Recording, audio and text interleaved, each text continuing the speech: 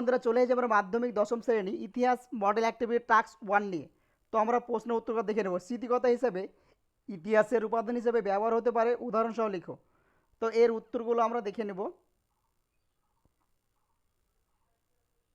তারপরে কোশ্চেন আছে, বাংলার নবজাগরণ ছিল কলকাতা শহর কেন্দ্রিক, মন্তব্যটি বিশ্লেষণ করো। তা উত্তরগুলো আমরা দেখে নেব। চুয়াড় বিদ্রোহকে চুয়াড় বিপ্লব বলে কেন ভুল বলা হবে? বিপ্লব বলতে বোঝায় কোনো প্রচলিত ব্যবস্থা দ্রুত ব্যাপক ও আমূল পরিবর্তন, কিন্তু চুয়াড় বিদ্রোহকে চুয়াড় বিপ্লব বললে কিছু কিছু ক্ষেত্রে ভুল হবে না, কেননা প্রথমত এই সংগ্রাম চুয়াড়দের জীবনধারা কোনো পরিবর্তন আনতে পারেনি। দ্বিতীয়ত বিদ্রোহের পর ইংরেজ সরকার জঙ্গলমহল নামে আলাদা প্রশাসনিক এলাকা করে দিলেও বহিরাগত জমিদার ইজারাদার মহাজন ইত্যাদি অত্যাচার থেকে মুক্ত হয়নি। ভারতের মানচিত্রে নিম্নলিখিত সাঁওতাল বিদ্রোহ এলাকা, ফরাজি আন্দোলনের কেন্দ্র, কোল বিদ্রোহ, মুন্ডা বিদ্রোহ অঞ্চল, সন্ন্যাসী ফকির বিদ্রোহ চিহ্নিত করো। এখানে দেখো ছবিটা ভালো করে দেখো, দেওয়া আছে, সেগুলো তোমরা চিহ্নিত করে দেবে, বই দেখে করে নেবে। এটা উপযোগী তথ্য সহযোগে নিচের ছকটি পূরণ করো। বঙ্গদর্শন সম্পাদক ছিল বঙ্কিমচন্দ্র। সময়কাল 1872 খ্রিস্টাব্দে। বিষয়বস্তু সমাকলন সময় ইংরেজ সরকার, জমিদারের শোষণ অত্যাচার, সামাজিক পরিস্থিতি, সাধারণ মানুষের অবস্থা, সাহিত্য, রাজনীতি, দর্শন, ধর্মতত্ত্ব প্রভৃতি বঙ্গদর্শন পত্রিকায় প্রকাশিত হতো।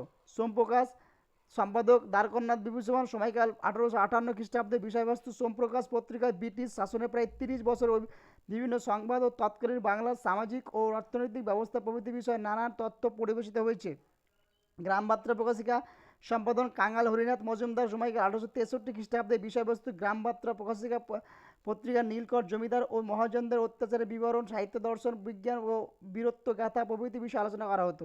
হুতুম পেঁচার নকশা গ্রন্থকার কালীপ্রসন্ন সিংহ।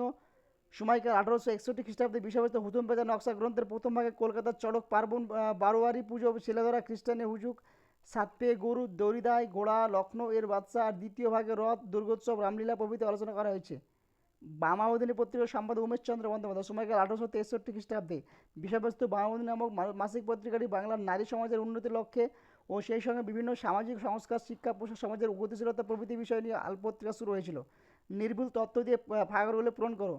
সাঁওতাল বিদ্রোহ, তোমরা অ্যান্সারটা এখানে দেখে নেবে। তারপর মুন্ডা বিদ্রোহ, এই অ্যান্সারটা এখানে দেখবে। তারপর নীল বিদ্রোহ,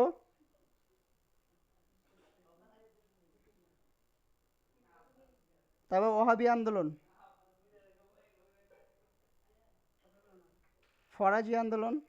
ঠিক আছে, আজকে এই পর্যন্তই। পরবর্তী আবার নেক্সট ক্লাস হাজির হবো। যারা চ্যানেলটিকে সাবস্ক্রাইব করে